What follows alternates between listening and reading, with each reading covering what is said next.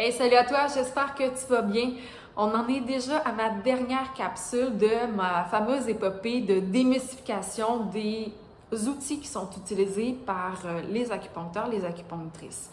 Parce que ça me tient vraiment beaucoup à cœur de vulgariser qu'est-ce que c'est l'acupuncture comme modalité thérapeutique, qu'est-ce que la médecine traditionnelle chinoise, parce que même si c'est de plus en plus connu au Québec, il existe encore le fameux mythe que l'aiguille est le seul outil utilisé par ces thérapeutes-là. C'est pas vrai du tout. J'espère que je vais réussir ou que j'ai réussi à te le prouver dans les 8 vidéos que j'ai décidé de faire sur le sujet. Tu es peut-être une personne qui a déjà fait des traitements d'acupuncture et qui a déjà une bonne idée de à quoi ça ressemble.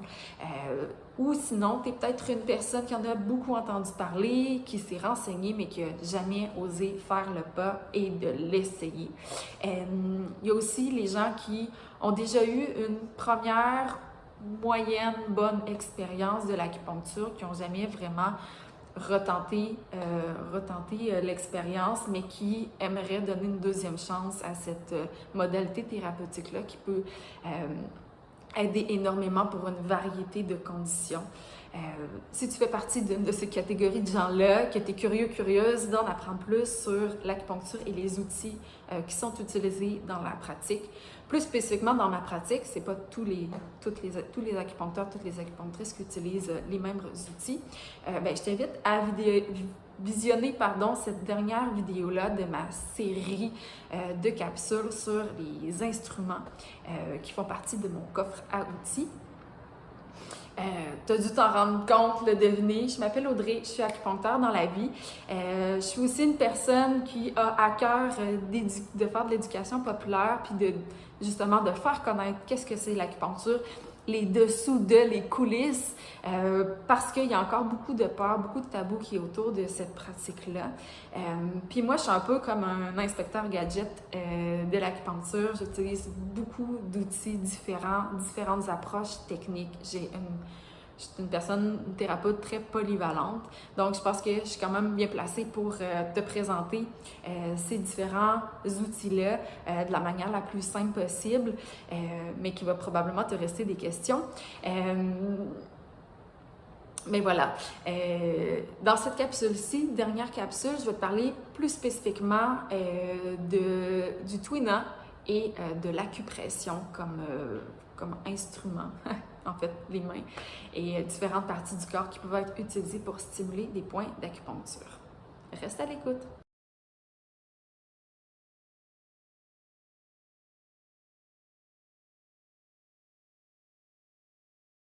Donc, qu'est-ce que c'est le Tuina et l'acupression? En fait, c'est une stimulation manuelle, donc essentiellement avec les mains et les doigts, mais ça peut être aussi les avant-bras, les coudes, par exemple, de certaines zones du corps ou des points plus spécifiques, des points d'acupuncture plus spécifiques. Comparativement, parce que le Tuina, en fait, c'est une forme de massothérapie qui est intégrée à l'intérieur c'est une modalité thérapeutique, en fait, de la médecine traditionnelle chinoise et c'est un type de massage qui se passe sur les vêtements. Je dis ça sur vêtements parce qu'on a beaucoup l'image de la massothérapie suédoise, que c'est des massages sur la peau à l'huile.